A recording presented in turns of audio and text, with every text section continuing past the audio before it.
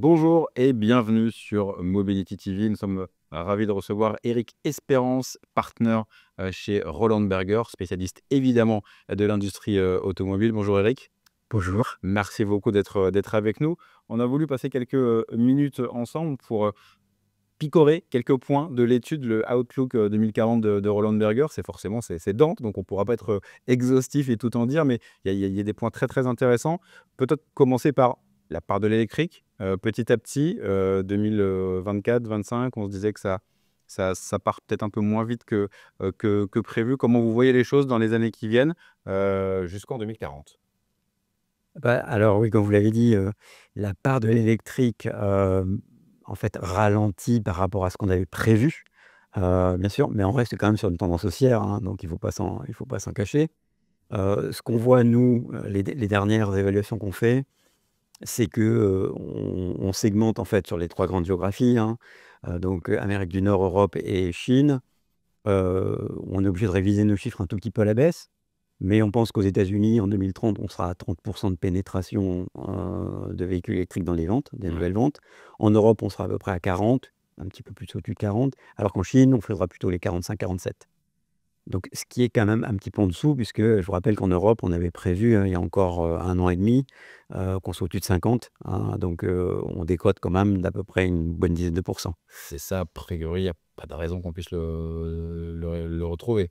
Et comment on l'explique? Alors, on l'explique par plusieurs choses. La première, en fait, il y a quand même un désintérêt, de la chose électrique, chez le consommateur. Alors, non pas qu'il ne soit pas intéressé, c'est qu'en fait, il est un tout petit peu déçu. Il est un petit peu déçu, par le prix. Le prix d'acquisition, ça reste encore très élevé. Donc quand on a une voiture, qui fait 75 000 € et en fait qu'il faut l'acheter à 95 000 €. Souvent, ce sont des voitures de société, on ne voit pas la différence, mais quand vous commencez à taper dans les voitures qui sont à 20 000 € pour la majorité, en fait, des gens, que vous mettez, 5 000 € de plus, ça commence à se sentir, et si en plus vous enlevez, les aides, bah, là, vous le sentez doublement. Ouais. Donc voilà, ça c'est un premier sujet. Le deuxième, il y a des expériences un petit peu malheureuses, en fait, de recharge où, on n'a pas, tout à fait la promesse. Alors on a fait de très gros progrès, hein, sur les bornes de recharge. Maintenant, elles sont beaucoup plus, puissantes, une densité plus élevée. Elles ont, un meilleur taux d'utilisation. Cependant, on a quand même, une traînée de poudre qui fait que les gens ont été un peu déçus par les premières expériences, et beaucoup de gens commencent à rendre leur voiture électrique en se disant: «Non, non, mais moi, c'est bon, maintenant j'achète des voitures essence». Et la troisième chose, c'est cette histoire de valeur résiduelle. En fait, on ne sait toujours pas ce que vaut une voiture, électrique d'occasion, et donc les gens ne veulent pas s'engager. Alors leasing, pas leasing, les offres de leasing sont quand même assez contraignantes finalement, parce que vous apercevez que si vous devez sortir de votre leasing, il y a quand même tout un ensemble de pénalités, la remise en état de la voiture, et cetera, et puis vous apercevez qu'en fait, vous êtes scotché avec un constructeur, parce que, ben, vous aurez une offre intéressante que si vous restez chez lui. Donc voilà, il y a tout un ensemble de choses qui font que le marché s'ajuste, mais ça ne remet pas en cause, la voiture électrique. Mais Ouais, voilà, ouais, ça peut il y a un petit ralentissement. ça explique effectivement ce phénomène. Autre point, très intéressant, parce qu'évidemment, voiture électrique, on parle de la Chine. Quelle place, la Chine, les voitures, les constructeurs chinois auront, petit à petit, là aussi, dans cette optique, cette Outlook 2040 que vous avez, étude que vous avez sortie? Alors la Chine, au jour d'aujourd'hui, si je compte, 20 constructeurs, de voitures électriques, en fait, le premier européen, il tape à la 19e place, il s'appelle Volkswagen. Donc il y en a 18 avant. Donc il y a certes un américain, mais après il y a 17 chinois quand Ouais, même. ça. Donc la Chine a une avance considérable, sur le véhicule électrique, que ce soit aussi bien en termes d'architecture, et électrique, électronique, j'ai envie de dire, la maîtrise en fait des procédés de fabrication. Alors pourquoi? Parce qu'ils sont partis une feuille blanche. Pourquoi? Parce que, ils ont investi massivement en fait, dans des technologies ou dans des chaînes de fabrication qui aujourd'hui en fait, ils essaient de les saturer au maximum, et en fait leur jeu, c'est de remplir les usines. Quoi qu'il arrive, donc il faut produire, faut produire. À partir de là, ils sont capables de descendre en fait sur, la maîtrise des coûts, la maîtrise des chaînes logistiques, et ce qui fait qu'aujourd'hui, une batterie, je vais prendre un exemple, hein, une batterie LFP, ce qui est en fait, la batterie qui va équiper, je vais dire les véhicules d'entrée de gamme, en Europe et en Chine. Si vous la faites en Chine, livrée en Chine, on est à 55-60 € du kilowattheure. Si vous la faites en France, livrée en France, vous êtes à 75 € du kilowattheure. Et la batterie chinoise, bien qu'elle coûte 55 à réaliser, elle est vendue moins de 40 € sur le marché chinois. Parce qu'en fait, on produit à coût marginal et en fait, on essaie.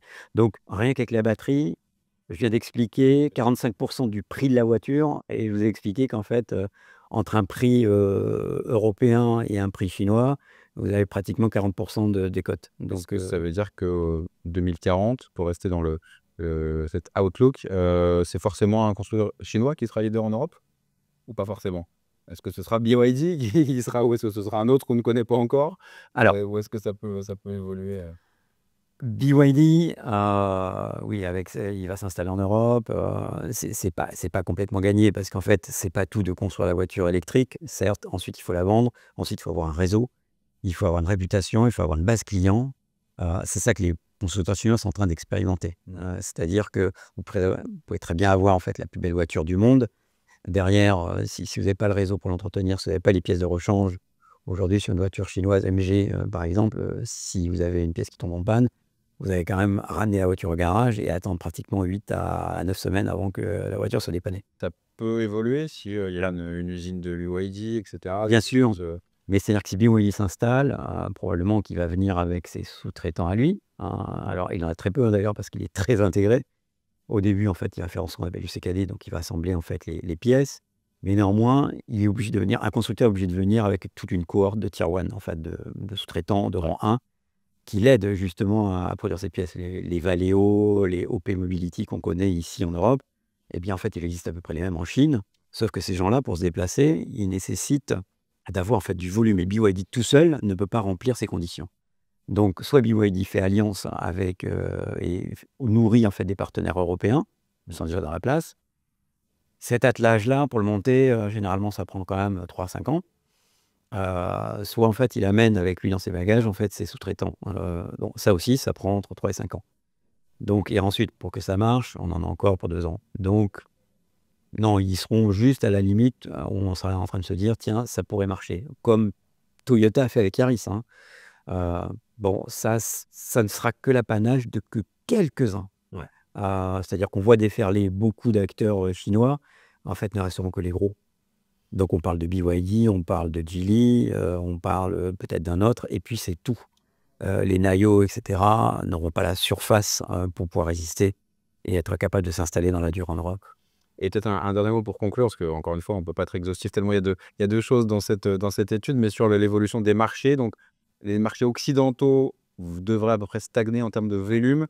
Il y en a d'autres qui vont émerger. C'est ça Oui. qui est intéressant à observer. Alors, comment on peut le synthétiser en quelques mots? Bah, il faut se dire que voilà, en fait, l'Europe, c'est moins que stagnant, en fait, ça décroît légèrement. Ouais, Donc déjà, on ne baisse, ref continue. continue, on ne refera plus 18 millions de véhicules en Europe, hein, on n'en vendra plus, non, on en vendra moins. Les États-Unis, ça va stagner un peu, donc on va monter à 17 millions. La Chine va continuer à croître, hein, puisqu'en 2040, ils vendront pratiquement 33 millions de véhicules. Non, les grosses poches de croissance, elles sont sur ce qu'on appelle le sud, c'est-à-dire c'est l'Inde, le Brésil, ce qu'on appelle l'ASEAN, en fait, la Malaisie, etc. La grosse poche de croissance, on va croître à peu près en moyenne à 3-4%, ce qui est le triple de ce qu'on fait aux États-Unis et qui est presque une fois et demie ce qu'on voit en Chine. Ouais. Des parts de marché sur lesquelles tous les constructeurs voudront se positionner aussi forcément. Alors ça va pas être évident parce que l'Inde, en fait, croît beaucoup en nombre de voitures. Par contre, la valeur unitaire de la voiture reste assez faible. C'est d'ailleurs toute la difficulté pour entrer dans ce marché-là. Sur le Brésil et l'Argentine, c'est un petit peu pareil. En plus, il y a une autre variable, en fait, qui est l'inflation, qui est absolument non maîtrisée. Donc ça reste des marchés très, très difficiles. L'Inde, non pas à cause du volume, mais surtout à cause de l'érosion sur les prix et donner l'accès, en fait, à cette tranche de population qui voudrait acquérir ces voitures, fait que la compétition est extrêmement difficile, hein. Des gens comme Renault, qui ont lancé la Kwid, ont eu un début fulgurant, mais on s'aperçoit que dans la durée, c'est très compliqué. Ouais, c'est ça, ouais. Très intéressant. Merci beaucoup, Éric Espérance, d'avoir synthétisé cette étude globale riche. Donc, c'était très intéressant d'avoir ces grandes lignes-là avec vous. Toujours un plaisir de vous recevoir et à bientôt sur Mobilité TV. Merci.